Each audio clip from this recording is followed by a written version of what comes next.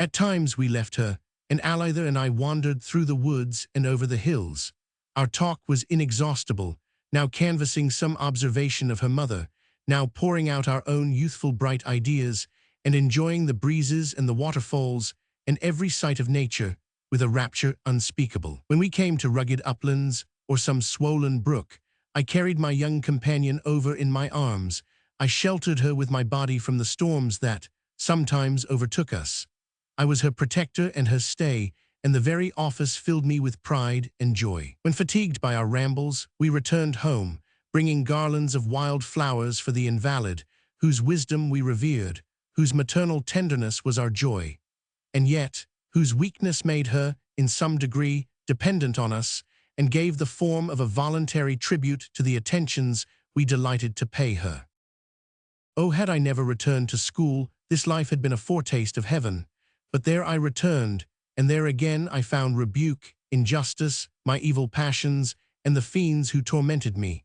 How my heart revolted from the contrast!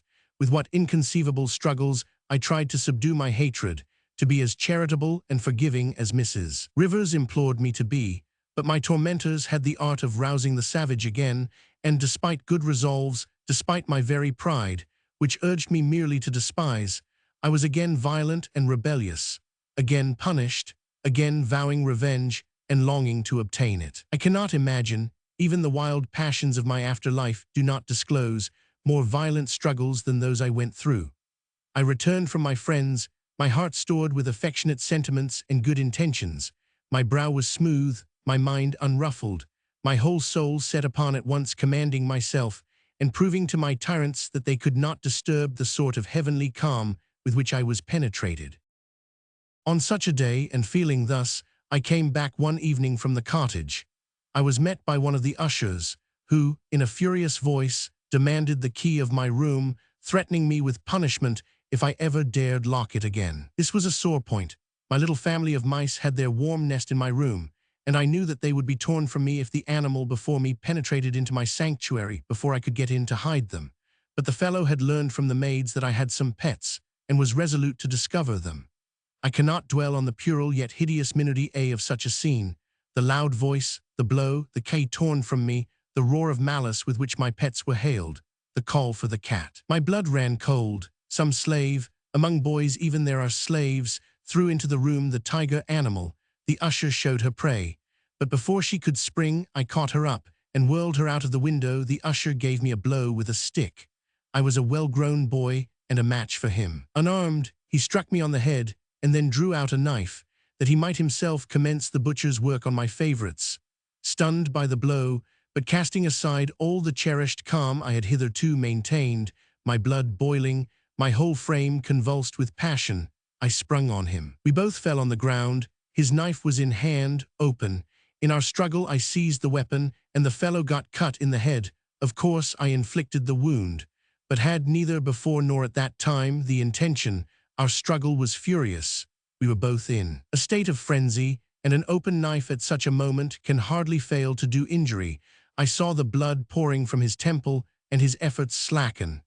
I jumped up, called furiously for help, and when the servants and boys rushed into the room, I made my escape. I leaped from the window, high as it was, and alighted, almost by a miracle, unhurt on the turf below.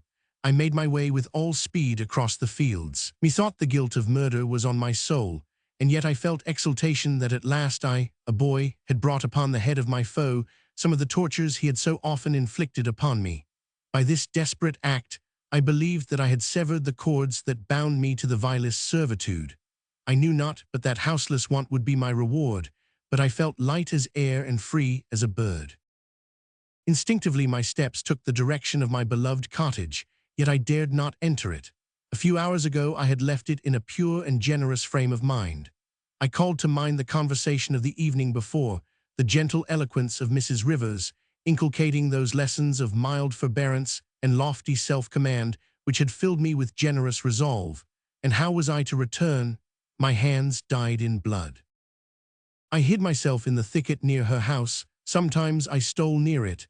Then, as I heard voices, I retreated farther into the wild part of the wood. Night came on at last, and that night I slept under a tree, but at a short distance from the cottage. The cool morning air woke me, and I began seriously to consider my situation. Destitute of friends and money, whither should I direct my steps? I was resolved never to return to my school. I was nearly 16. I was tall and athletic in my frame, though still a mere boy in my thoughts and pursuits. Still, I told myself that, such as I, many a stripling was cast upon the world, and that I ought to summon courage, and to show my tyrants that I could exist independent of them. My determination was to enlist as a soldier. I believed that I should so distinguish myself by my valor as speedily to become a great man. I saw myself singled out by the generals, applauded, honored, and rewarded.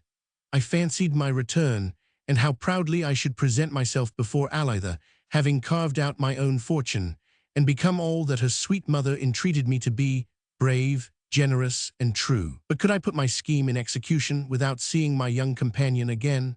Oh no, my heart, my whole soul led me to her side, to demand her sympathy, to ask her prayers, to bid her never forget me, at the same time that I dreaded seeing her mother, for I feared her lessons of wisdom. I felt sure, I knew not why, that she would wholly disapprove of my design.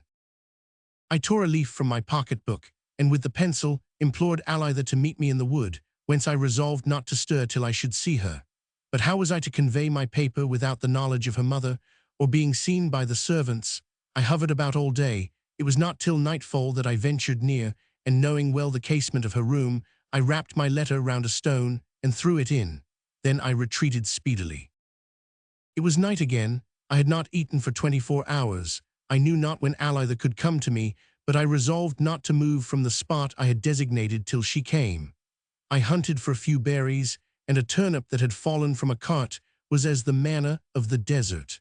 For a short half-hour it stilled the gnawings of my appetite, and then I lay down unable to sleep, eyeing the stars through the leafy boughs above, thinking alternately of a prisoner deserted by his jailer and starved to death, while at each moment he fancied the far step approaching and the key turning in the lock, and then, again, of feasts, of a paradise of fruits, of the simple, cheerful repasts at the cottage, which, for many a long year, I was destined never again to partake of.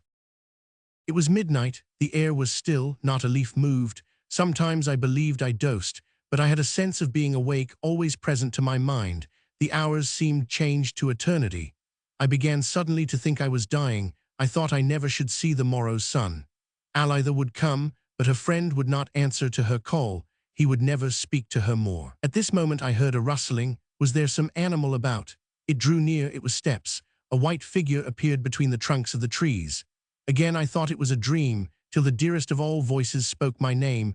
The loveliest and kindest face in the world bent over me. My cold, clammy hand was taken in hers, so soft and warm. I started up. I threw my arms around her. I pressed her to my bosom. She had found my note on retiring for the night. Fearful of disobeying my injunctions of secrecy, she had waited till all was at rest before she stole out to me. And now, with all the thoughtfulness that characterized her, when another's wants and sufferings were in question, she brought food with her and a large cloak to wrap my shivering limbs. She sat beside me as I ate, smiling through her tears. No reproach fell from her lips. It was only joy to see me, and expressions of kind encouragement. I dwell too much on these days. My tale grows long, and I must abridge the dear recollections of those moments of innocence and happiness. Elizabeth easily persuaded me to see her mother, and Mrs. Rivers received me as a mother would a son who has been in danger of death, and is recovering. I saw only smiles. I heard only congratulations. I wondered where the misery and despair which gathered so thickly around me had flown. No vestige remained. The sun shone unclouded on my soul. I asked no questions. I remained passive. I felt that something was being done for me, but I did not inquire what. Each day I spent several hours in study, so to reward the kindness of my indulgent friend. Each day I listened to her gentle converse, and wandered with Elizabeth over hill and dale, and poured into her ear my resolutions to become great and good. Surely in this world there are no aspirations so noble, pure, and godlike as those breathed by an enthusiastic boy, who dreams of love and virtue, and who is still guarded by childlike innocence.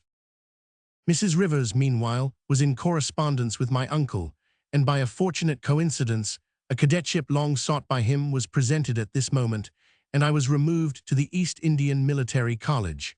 Before I went, my maternal friend spoke with all the fervor of affection of my errors, my duties, the expectation she had that I should show myself worthy of the hopes she entertained of me. I promised to her and to Elizabeth, I vowed to become all they wished. My bosom swelled with generous ambition and ardent gratitude. The drama of life, methought, was unrolling before me. The scene on which I was to act appeared resplendent in fairy and gorgeous colors.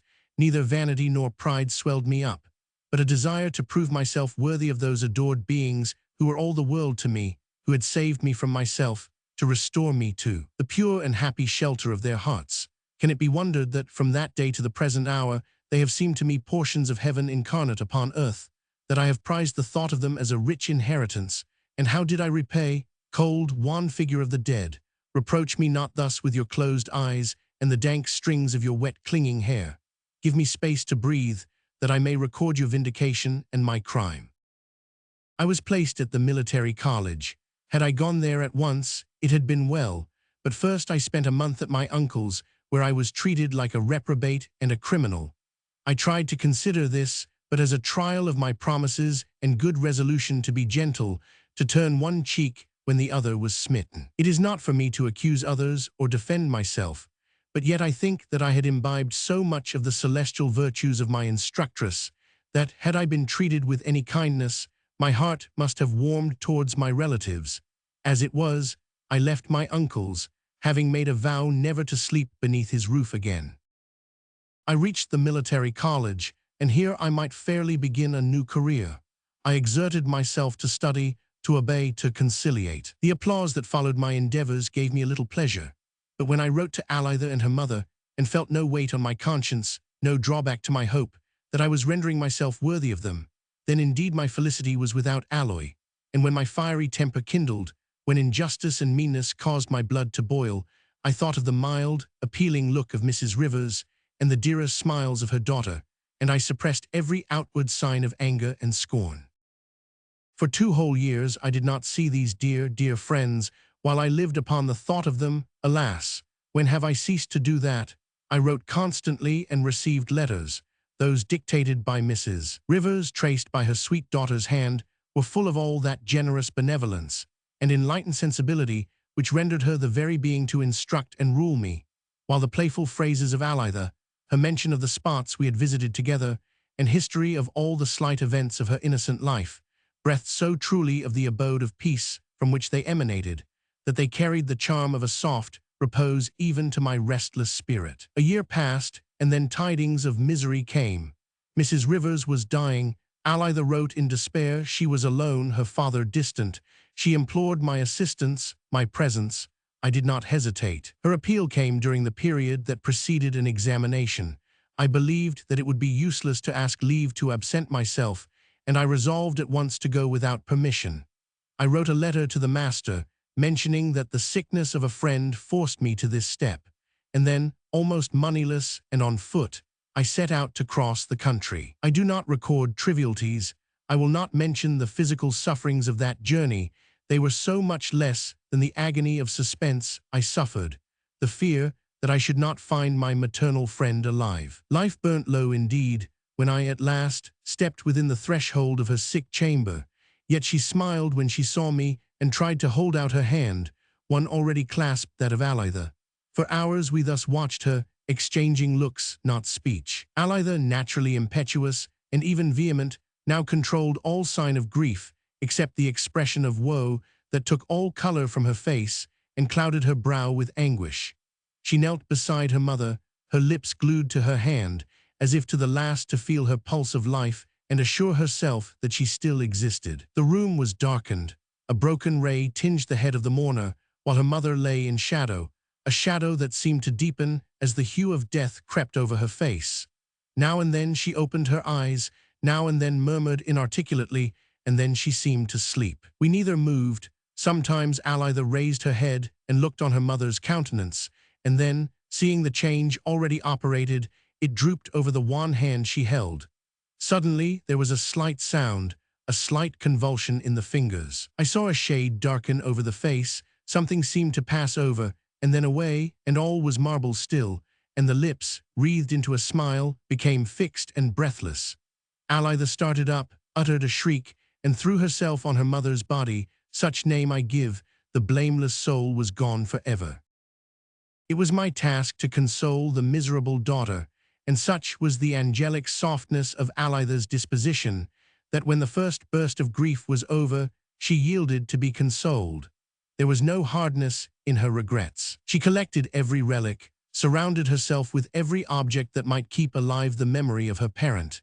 She talked of her continually, and together we spoke of her virtues, her wisdom, her ardent affection, and felt a thrilling, trembling pleasure in recalling every act and word that most displayed her excellence. As we were thus employed, I could contemplate and remark the change the interval of my absence had operated in the beautiful girl. She had sprung into womanhood. Her figure was surrounded by 1,000 graces.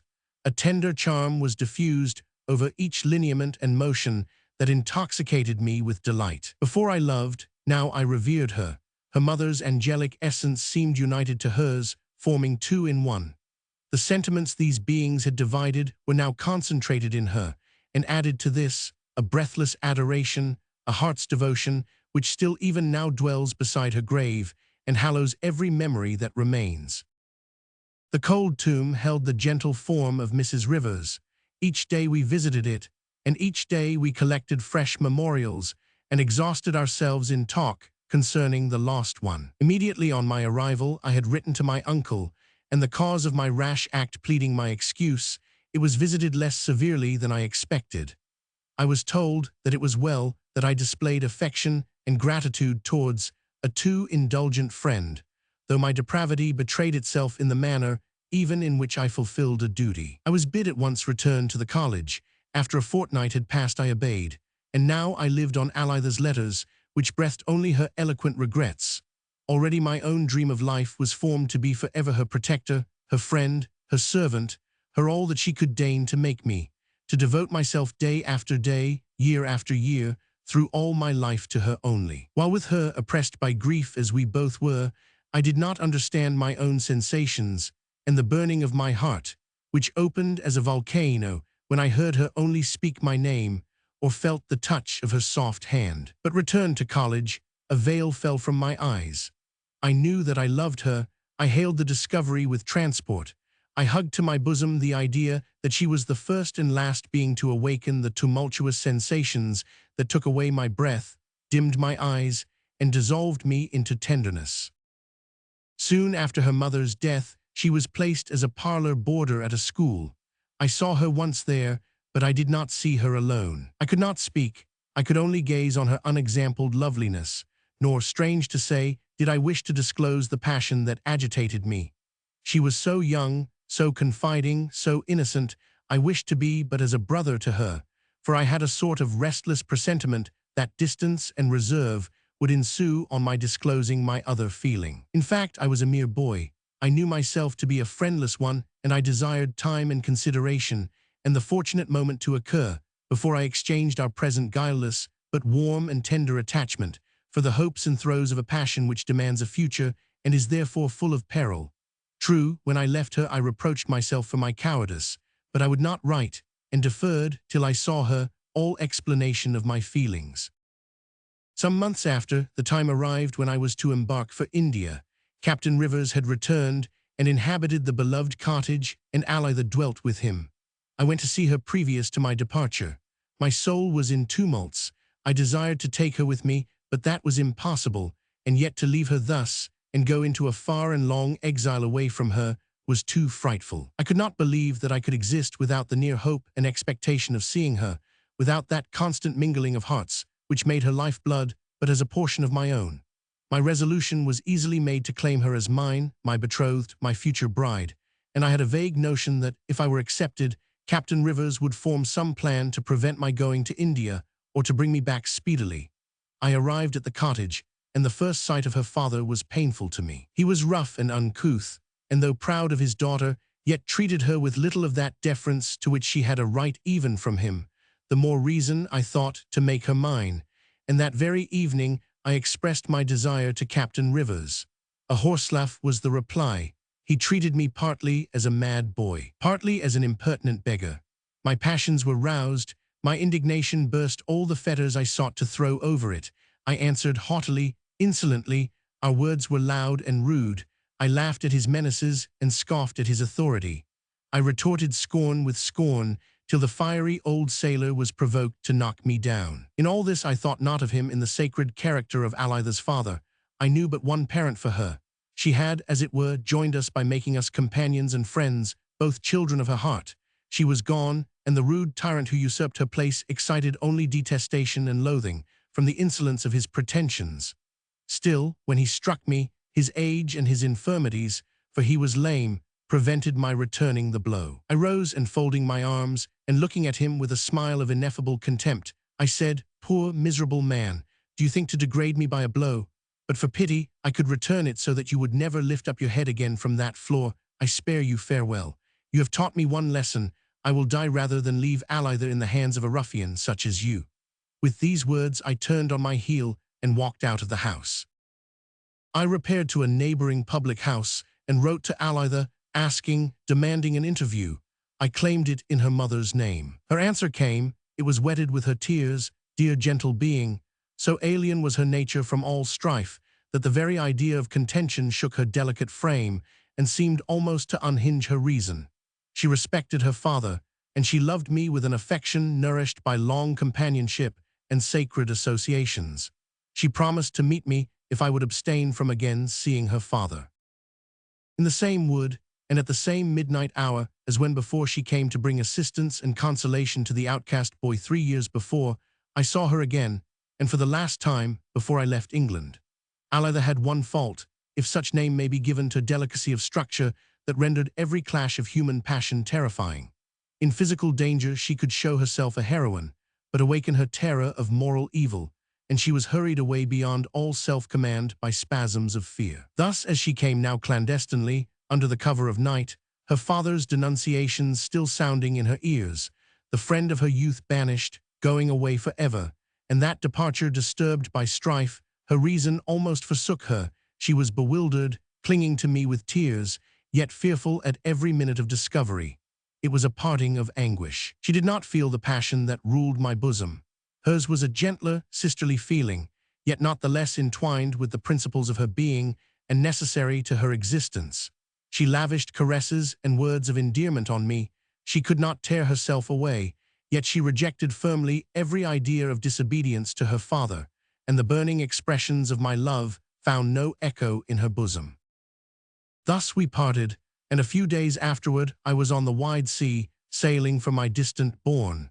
At first I had felt disappointed and angry, but soon imagination shed radiance over what had seemed chilly and dim. I felt her dear head repose on my heart. I saw her bright eyes overbrimming with tears, and heard her sweet voice repeat again and again her vow never to forget her brother, her more than brother, her only friend, the only being left her to love. No wonder that, during the various changes of a long voyage, during reveries indulged endlessly through calm nights, and the mightier emotions awakened by storm and danger, that the memory of this affection grew into a conviction that I was loved, and a belief that she was mine forever. I am not writing my life, and but for the wish to appear less criminal in my dear child's eyes, I had not written a word of the foregone pages, but leaped at once to the mere facts that justify poor Elizabeth and tell the tragic story of her death. Years have passed, and oblivion has swept away all memory of the events of which I speak. Who recollects the wise, white lady of the secluded cot and her houri daughter, this heart alone, there they live enshrined. My dreams call up their forms. I visit them in my solitary reveries. I try to forget the ensuing years and to become the heedless half-savage boy who listened with wonder, yet conviction, to lessons of virtue, and to call back the melting of the heart which the wise lady's words produced, and the bounding, wild joy I felt beside her child. If there is a hell, it need no other torment but memory to call back such scenes as these, and bid me remember the destruction that ensued. I remained 10 years in India, an officer in a regiment of the company's cavalry. I saw a good deal of service, went through much suffering, and doing my duty on the field of battle or at the hour of attack, I gained that approbation in the field which I lost when in quarters by a sort of systematized insubordination which was a part of my untamable nature. In action, even I went beyond my orders. However, that was forgiven. But when in quarters, I took part with the weak and showed contempt for the powerful. I was looked upon as dangerous, and the more so that the violence of my temper often made my manner in a high degree reprehensible. I attached myself to several natives. That was a misdemeanor. I strove to inculcate European tastes and spirit, enlightened views, and liberal policy to one or two native princes, whom, from some ill luck, the English governors wished to keep in ignorance and darkness. I was forever entangled in the intimacy and driven to try to serve the oppressed, while the affection I excited was considered disaffection on my part to the rulers. Sometimes also I met with ingratitude and treachery. My actions were misrepresented, either by prejudice or malice, and my situation of a subordinate officer without fortune gave to the influence I acquired, through learning the language and respecting the habits and feelings of the natives, an air of something so inexplicable as might, in the Dark Ages, have been attributed to witchcraft, and in these enlightened times was considered a tendency to the most dangerous intrigues. Having saved an old Raja's life, and having taken great pains to extricate him from a difficulty in which the Europeans had purposely entangled him, it became rumored that I aspired to succeed to a native principality, and I was peremptorily ordered off to another station. My views were in diametrical opposition to the then Indian government. My conversation was heedless, my youthful imagination exalted by native magnificence. I own I often dreamed of the practicability of driving the merchant sovereigns from Hindustan. There was, as is the essence of my character, much boyish folly joined to dangerous passion, all of which took the guise in my own heart of that high heroic adventure with which I longed to adorn my life. A subaltern in the company's service, I could never gain my ally or do her the honor with which I longed to crown her. The acquisition of power, of influence, of station would exalt me in her father's eyes. So much of what was selfish mingled in my conduct, but I was too young and impetuous to succeed. Those in power watched me narrowly. The elevation of a day was always followed by a quick transfer to an unknown and distant province. In all my wildest schemes the thought of ally reigned paramount. My only object was to prove myself worthy of her, and my only dream for the future was to make her mine forever. A constancy of 10 years, strung perpetually up to the height of passion, may appear improbable, yet it was so. It was my nature to hold an object with tenacious grasp, to show a proud contempt of obstacles, to resolve on ultimate triumph. Besides this, the idea of ally was so kneaded up and incorporate with my being that my living heart must have been searched and anatomized to its core before the portion belonging to her could have been divided from the rest. I disdained the thought of every other woman. It was my pride to look coldly on every charm and to shut my heart against all but Alitha.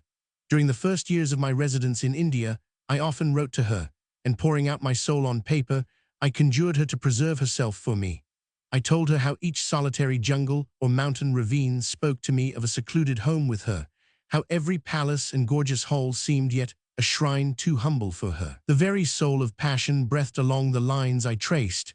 They were such as an affianced lover would have written, pure in their tenderness, but heartfelt, penetrating, and eloquent.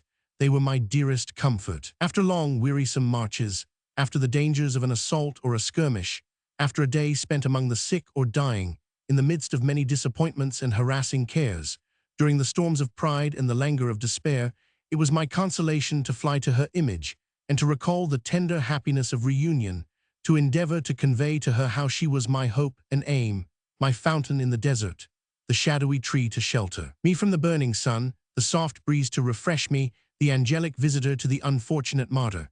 Not one of these letters ever reached her. Her father destroyed them all. On his head be the crime and the remorse of his daughter's death. Fool and coward, would I shift to other shoulders the heavy weight? No, no, crime and remorse still link me to her. Let them eat into my frame fiery torture. They are better than forgetfulness.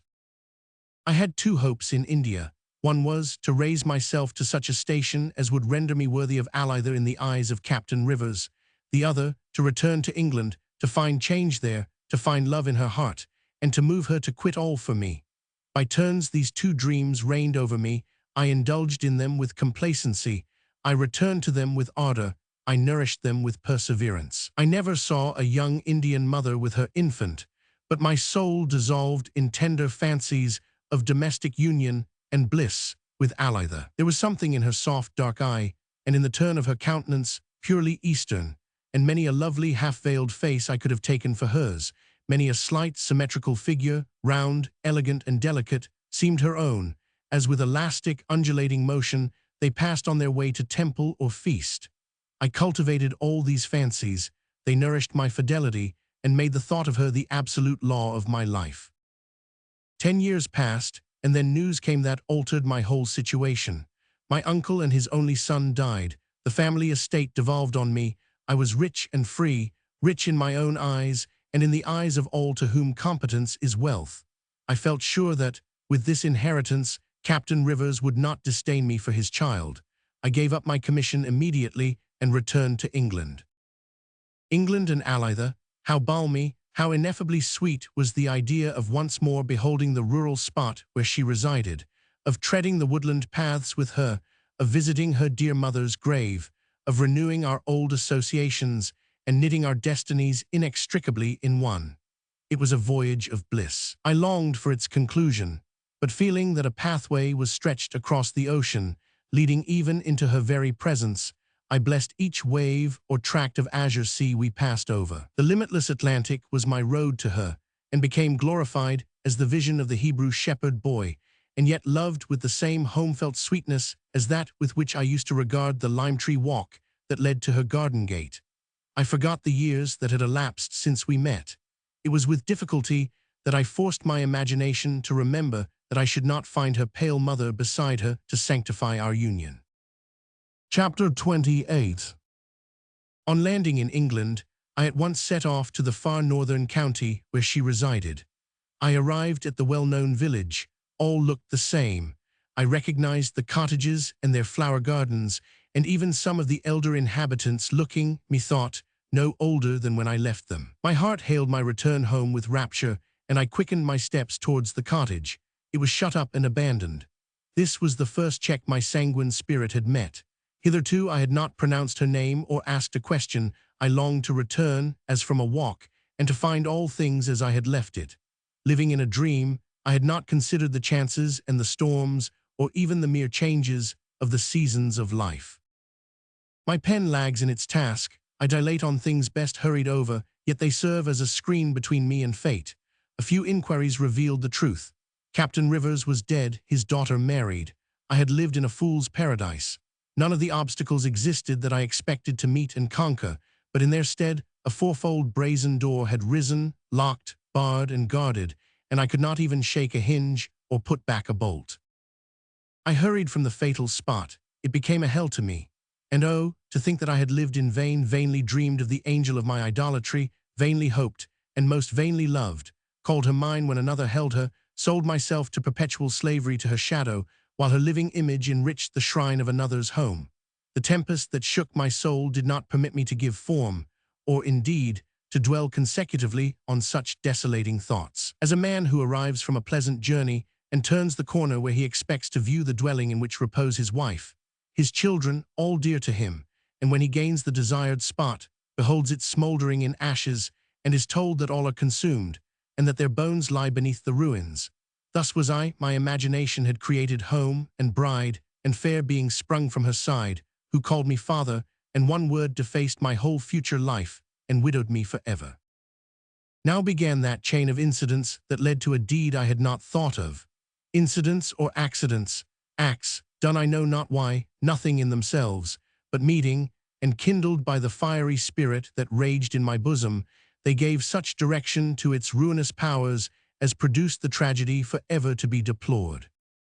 Bewildered and overwhelmed by the loss which to me had all the novelty and keenness of a disaster of yesterday, though I found that many years had gone by since, in reality, it was completed, I fled from the spot I had so fondly sought, and hurried up to London on no fixed errand, with no determined idea, yet vaguely desiring to do something. Scarcely arrived, I met a man whom I had known in India. He asked me to dine with him, and I complied, because to refuse would have required explanation, and the affirmative was more easily given. I did not mean to keep my engagement, yet when the hour came, so intolerable had I become to myself, so poignant and loathsome were my thoughts, that I went, so to lose for a few moments the present sense of ill. It was a bachelor's dinner, and there were, in addition to myself, 3 or 4 other guests, among them a Mr. Neville. From the moment this man opened his lips to speak, I took a violent dislike to him. He was, and always must have been, the man whom among 10,000 I should have marked out to abhor. He was cold, proud, and sarcastic, withal a decayed dandy turned cynic, who, half despising himself, tried wholly to disdain his fellow creatures. A man whose bosom never glowed with a generous emotion, and who took pride in the sagacity which enabled him to detect worms and corruption in the loveliness of virtue. A poor, mean-spirited fellow, despite his haughty outside, and then when he spoke of women, how base a thing he seemed. His disbelief in their excellence, his contemptuous pity, his insulting love, made my blood boil. To me, there was something sacred in a woman's very shadow. Was she evil? I regarded her with the pious regret with which I might view a shrine desecrated by sacrilegious hands. The odor of sanctity still floated around the rifled altar. I never could regard them as mere fellow creatures. They were beings of a better species, sometimes gone astray in the world's wilderness, but always elevated above the best among us. For Allytha's sake I respected every woman. How much good I knew of them, generous, devoted, delicate, their very faults were but misdirected virtues, and this animal dared revile beings of whose very nature he could form no conception. A burden was lifted from my soul when he left us. "It is strange," said our host, "that Neville should indulge in this kind of talk. He is married to the most beautiful and the best woman in the world. Much younger than himself, she yet performs her duties as a wife with steadiness and cheerfulness. Lovely beyond her sex, she is without its weakness. To please some jealous freak of his, she has withdrawn herself from the world and buried herself alive at his seat in the north. How she can endure an eternal tete-a-tete with that empty, conceited, and arrogant husband of hers is beyond any guessing." I made some observation expressive of my abhorrence of Mr. Neville's character, and my friend continued, "Disagreeable and shallow as he is, one would have thought that the society of so superior, so perfect a woman would reconcile him to her sex, but I verily believe he is jealous of her surpassing excellence, and that it is not so much a natural, and I might almost call it generous, fear of losing her affections as a dislike of seeing her admired, and knowing that she is preferred to him, especially now that he absolutely looks an old fellow. Poor Allytha Rivers, hers is a hard fate." I had a glass of wine in my hand. My convulsive grasp shivered the brittle thing, but I gave no other outward sign. Before I was miserable, I had lost all that made life dear. But to know that she was lost to herself, bound for life to a human brute, curdled my heart's blood and spread an unnatural chilliness through my frame. What a sacrifice was there, a sacrifice of how much more than life, of the heart's sweetest feelings, when a spirit, sent to gladden the world and cast one drop of celestial nectar into the bitterness of existence, was made garbage for that detested animal. From that moment, from the moment I felt assured that I had seen Allytha's husband, something departed from the world, such as I had once known it, never to return again. A sense of acquiescence in the decrees of Providence, of confidence in the benevolence and beauty of the universe, of pride, despite all my misfortunes, in being man, of pleasure in the loveliness of nature, all departed. I had lost her, that was nothing. It was my disaster, but did not injure the order and grace of the creation. She was, I fondly trusted, married to a better man than I, but bound to that groveling and loathsome type of the world's worst qualities. The devil usurped at once the throne of God, and life became a hell. "You are miserable, Allytha, you must be miserable. For you there is no sympathy, no mingling of hearts, no generous confidence in another's esteem and kindness, no indulgence in golden imaginations of the beauty of life. You are tied to a foul, corrupting corpse. You are cut off from the dear associations of the social hearth, from the dignified sense of having exchanged virgin purity for a sweeter and more valuable possession in another's heart. Coldly and listlessly you look on the day which brings no hope to you, if indeed you do not rave and blaspheme in your despair.